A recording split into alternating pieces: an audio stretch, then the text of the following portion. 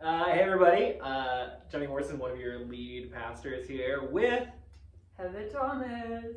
also one of your lead. I wasn't sure if I should introduce you or if you were going to introduce yourself. We didn't plan that. We didn't. Nailed it. We are. Is that the video? I'm doing it. Yeah, I'm just gonna go. There's obviously no church service today, and which is great. We want people to be at home, resting, plugging into different ways of worship, or connecting, or just sleeping, which would be also great. That's what we're hoping for staff and volunteers, that you're just sleeping.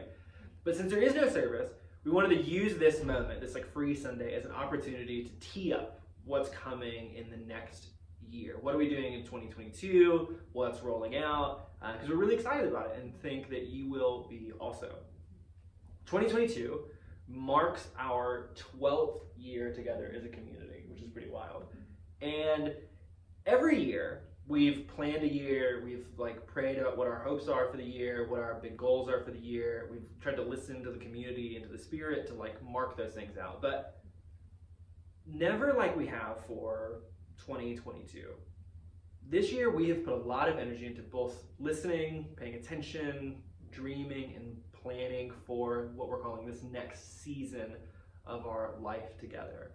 And all of that has come together to create what we're calling Season 12. So our 12th year together, this next season. In Season 12, what we have done is we have worked really hard, again, praying, thinking, discerning, listening, to create a spiritual formation plan for the entire year. And this is a spiritual formation plan all about helping us, empowering us as a whole community to experience the gift of Jesus in our personal, everyday lives. Now, there's maybe some words in there that are big or loaded. Spiritual formation just means a way of experiencing healing and wholeness, practices, tools, guides, ideas that help us experience wholeness and life and healing, all the things that Jesus has for us. And then a plan just means a way in which our community is going to experience healing and wholeness and growth through this year. Not just, and Heather will talk about this in a moment, but not just on Sundays, in a much broader, more comprehensive way that helps us all experience it. And then that final part is the gift of Jesus in our personal lives. We've been talking a lot about the gift of God this last couple of months throughout letters to the church, which was one of our last seasons of the year, and then Advent. And there's something about that that's really been powerful for us, is that God has a gift for us. It's work of Jesus in our lives. And it is a gift that is so radical and so massive, it changes everything. It changes how the New Testament writers understand identity and race, and how they understand their nation, and how they understand power, and how they understand how they relate to one another, and how they understand what family is, and how they understand their own personal wellness and wholeness, and what it means to be a human.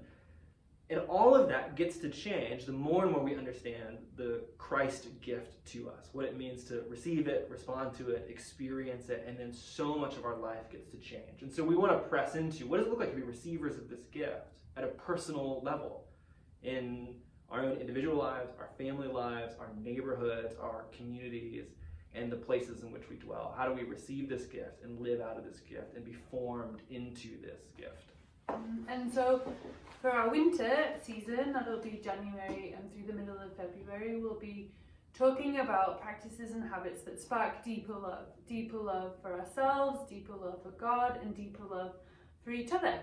And so we have these practices like rest and play and justice and lament and stability and rootedness and work and generosity.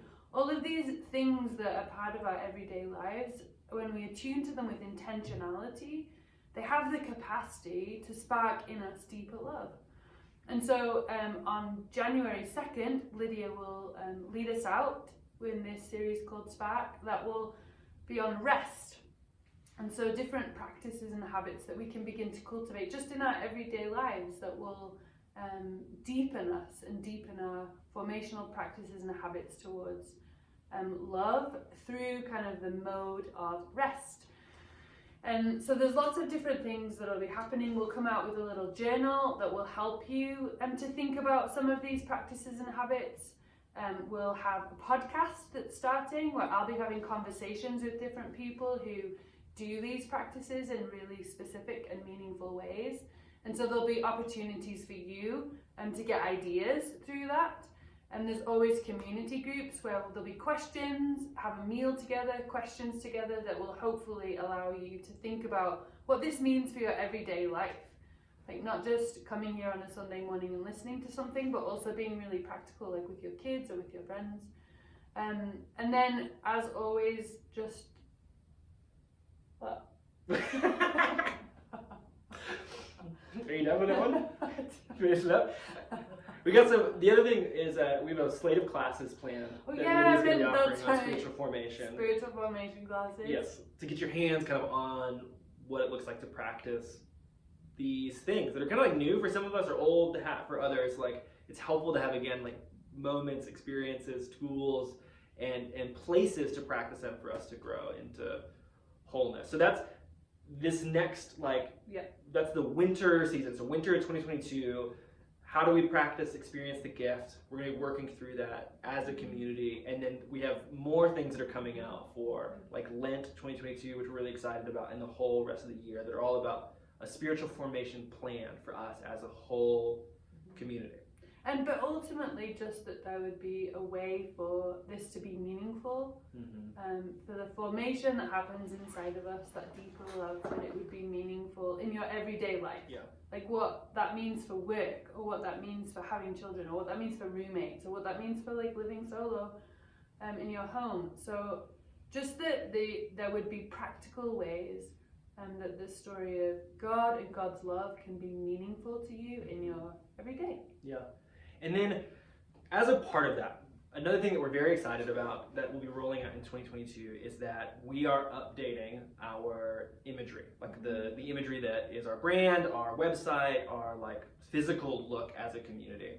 And you'll see like within this email and in this video, some of that imagery switch. I'll just put it up there so you can see it. And there's two major reasons for this change. The first major reason is we wanted to switch to imagery that best communicated like our vision, our hopes, our prayers as a community. So the image that you see now is that of a hyssop.